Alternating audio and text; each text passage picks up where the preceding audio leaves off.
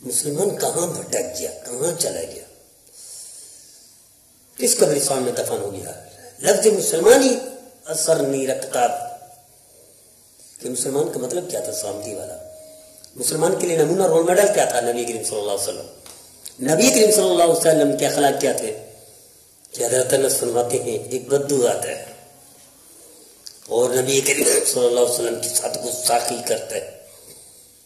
گستاخیت یہاں تک ہوتی ہے کہ کپڑا گلے میں ڈالتا ہے نبی کریم صلی اللہ علیہ وسلم، کہ نبی کریم صلی اللہ علیہ وسلم کا چہرہ سرخ ہو جاتا ہے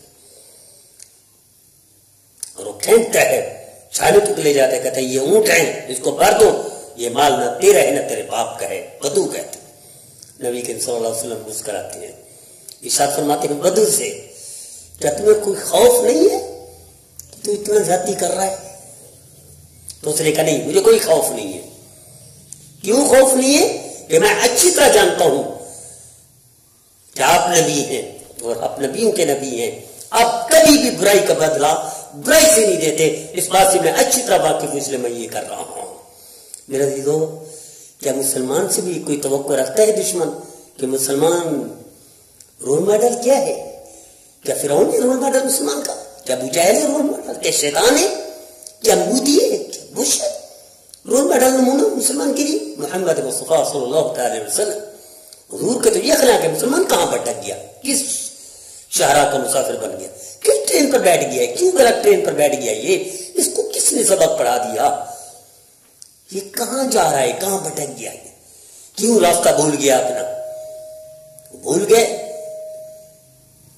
بہت وہ اتنی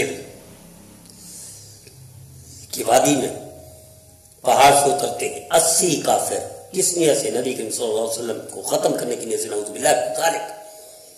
80 کے 80 پکڑے گئے، کانپ رہے ہیں نبی کریم صلی اللہ علیہ وسلم کے دیکھ کر۔ حضور نے فرمایا کانپو نہیں، ڈرو نہیں، تمہیں کوئی خوف نہیں ہونا چاہیے۔ وہ قتل کے ارادے سے آئے ہیں، وہ جان سے مارنے کے ارادے سے آئے ہیں۔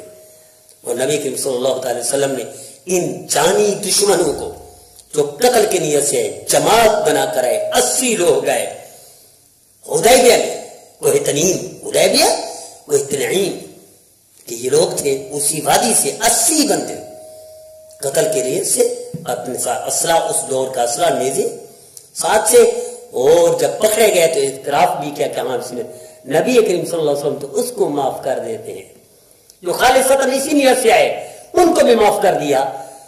ہم مسلمانوں سے بدلا لیتے ہیں، ہم مسلمانوں کو معاف نہیں کرتے۔ کیا ہوا پارٹی کوئی اور ہے، کیا ہوا مسلک کوئی اور ہے، کیا ہوا گروپ کی اور ہے، سلسلہ کوئی اور ہے، قومیت کوئی اور ہے، شہر کوئی اور ہے، ملک کوئی اور ہے، خطہ کوئی اور ہے، مسلمان تو ہے میرے دیدو۔ مسلمان کے اندر تو اسلام آیا کیوں تھا؟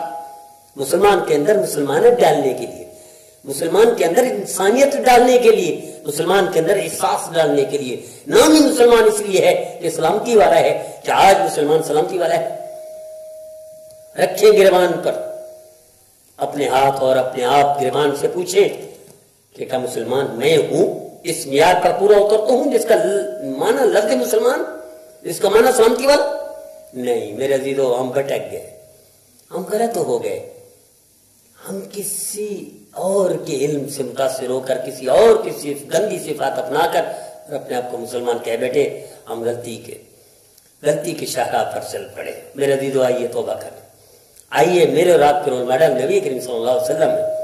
نبی کریم صلی اللہ علیہ وسلم تو کافروں کو معاف کرتے تھے، جانی دشمنوں کو معاف کر دیتے تھے، اور ہم مسلمان کو معاف نہیں کرتے، اور موت تک اس کینہ، بغض، نفرت کو قبرستان تک لے جاتے ہیں۔ تو کیسے اللہ معاف کرے گا؟ کیسی دعائیں قبول کرے گا اللہ؟ کیسے حج عمرے قبول ہوں گے؟ کیسے زکات صدقے قبول ہوں گے؟ کیسے تلاوت و ذکر آہو فریاد قبول ہوگی؟ ایک مسلمان فریاد کرتا تھا، اللہ عرش سے مدد بھیج دیتے تھے، فرشتے اترتے ہوئے دیکھتے تھے۔ اور آج 40-50 لاکھ کا مجمع خانہ کعبہ کا غلاف پکڑ کر چیخے مار کر حج کے موقع پر فریاد کرتا ہے۔ فریاد میں اثر کیوں نہیں ہے؟ قول و فعل میں تضاد ہے۔ لفظ مسلمان ہے، کام مسلمانوں والے نہیں ہیں۔ لفظ مسلمان ہے، کام حضور کی اتباع والے نہیں ہیں۔ حضور کی نافرمانی والے کام ہے تو اللہ کی مدد تو فرمانبرداروں کے ساتھ آتی ہے، اللہ کی مدد تو مسلمان کے ساتھ آتی ہے، اللہ کی مدد تو اللہ کے رسول کے اطاعت گزاروں کے ساتھ آتی ہے، نافرمانوں کے ساتھ تو نہیں آتی۔ آئیے توبہ کریں، آئیے نبی کریم صلی اللہ علیہ وسلم کو رول ماڈل بنے کہ حضور یہودیوں کو عیسائیوں کو معاف کر دیتے تھے اور ہم مسلمان کا کینہ بغض نفرت قبر تک لے جاتے ہیں، اللہ کیسے قبول کرے گا؟ یہ توبہ کر لیجیے۔